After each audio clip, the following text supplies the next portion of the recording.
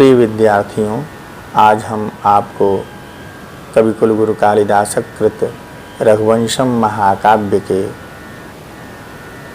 13वें श्लोक की व्याख्या बताने जा रहे हैं। श्लोक इस प्रकार से है। पृक्तस्तुषारैर्गिरिनिर्झराणाम् अनोकहा कंपितपुष्पगन्धी तमातपक्लान्तमनातपत्रम् आचारपूतं पवनः शिशेवे। इस श्लोक का प्रसंग यह है कि वायुदेव ने वन में गए हुए राजा दिलीप की सेवा की। इस श्लोक का अन्वय देखेंगे।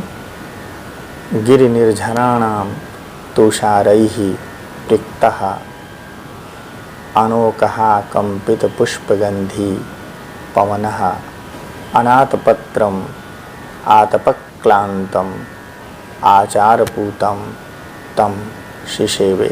इसका हिंदी में सामान्य अर्थ देखेंगे। गिरिनिर्झराणां पर्वतीय झरनों के तुषारैः हिमकणों से पृक्तः सिक्त अथवा युक्त और अनोकः कंपित पुष्पगंधी वृक्षों के मंद मंद हिलते हुए पुष्पों के गंध वाले पवनः वायु ने अनाथपत्रम छत्र रहित आतपक्लांतम धूप से पीड़ित आचारपूतम और आचार से पवित्र तम उस राजा दिलीप की शिशेवे सेवा की। इस श्लोक की विस्तृत हिंदी व्याख्या देखेंगे। गिरिनिर्झराणां पर्वतेषु निर्झराः वारिप्रवाहाः तेषां पर्वतीय झरनों के तुषारैः सीकरैः पृक्तः तुषारों से हिमकणों से पृक्त युक्त पवनः यह वायु का विशेषण है। राजा दिलीप नंदिनी गाय को चराने के लिए हिमालय पर्वत के क्षेत्र में गया हुआ था। अतएव वहाँ जो वायु बह रही थी, जो हवा चल रही थी, वह पर्वतीय झरनों के हिमकणों से युक्त थी, अर्थात शीतल हवा बह रही थी। अनोकः कंपित पुष्पगंधी और अनोकः आकंपित पुष्पगंधी। अनसः शकटस्य अकं मार्गं घ्रन्ति इति अनोकहाः तेषाम् ईषत् आकंपितानि पुष्पाणि तेषां गंधः अस्यास्तीति। अनोकः कंपित पुष्पगंधी अर्थात जो शकट गाड़ी इत्यादि के मार्ग में बाधा डालते हैं, उन्हें अनोकह वृक्ष कहते हैं। इस प्रकार से वृक्ष के हिलने से ईषत आकंपितानि मंद मंद हिलने से पुष्पों के गंध वाला वायु मंद मंद हिल रहे पुष्पों की गंध हवा में मिल रही थी। ऐसे पुष्पों की गंध वाले पवनः वायु ने अनाथपत्रम अर्थात व्रत पालन के लिए छत्र रहित, क्योंकि राजा गोसेवा का व्रत धारण किए हुए था, इसलिए उसने छत्र इत्यादि का त्याग कर दिया था।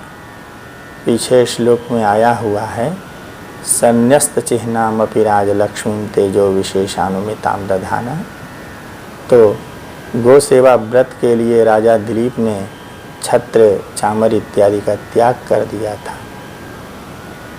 ऐसे छत्र रहित आतपक्लांतम अतएव धूप से पीड़ित, क्योंकि राजा दिलीप ने छत्र का त्याग कर दिया था, इसलिए वह धूप से पीड़ित था। ऐसे आचार पूतम आचरण से, नियम पालन से वह राजा दिलीप पवित्र था। पवित्र शुद्ध आचरण वाले व्यक्ति की ही सेवा की जानी चाहिए। तो ऐसे आचारेण पूतम, आचार से पवित्र उस राजा दिलीप की शिशेवे सेवा की वायुदेव ने सेवा की। कहने का भाव यह है कि राजा जहाँ कहीं होता है वहाँ उसके सेवक छत्र एवं चामर आदि लिए रहते हैं। छत्र इत्यादि एवं चामर से हवा करके राजा की सेवा करते हैं। यहाँ राजा नंदिनी गाय को चराने के लिए वन में गया हुआ है और यहाँ वायुदेव ने उस छत्र एवं चामर रहित राजा की सेवा की है। पर्वतीय झरनों के जल से युक्त होने के कारण वायु शीतल थी और वृक्षों के मंद हिलने से, पुष्पों की गंध से युक्त वायु थी, अतएव सुगंधित थी। और क्योंकि पुष्प मंद मंद हिल रहे थे इसलिए वायु मंद थी एवं पुष्पों के गंध वायु में मिल रहे थे, इसलिए वह वायु सुगंधित थी। इस प्रकार शीतल, मंद एवं सुगंधित पवन ने उस छत्र एवं चंवर रहित राजा को शीतल, मंद एवं सुगंधित हवा देकर राजा की सेवा की। इस श्लोक की संस्कृत व्याख्या देखेंगे। श्लोकेऽस्मिन् कविकुलगुरुः कालिदासः वर्णयति यत् पवनः छत्रचामररहितं राजानं दिलीपं शिशेवे गिरिनिर्झराणां पर्वतेषु निर्झराः वारिप्रहाः तेषां तुषारैः सीकरैः पृक्तः संपृक्तः युक्तः इत्यर्थः। अनोकः कंपितपुष्पगन्धी अनसः शकटस्य अकं मार्गं घ्नन्ति इति अनोकहाः। तेषाम् आकम्पितानि ईषदान्दोलितानि पुष्पाणि कुसुमानि तेषां गन्धः आमोदः अस्यास्तीति अनोकः कंपितपुष्पगन्धी।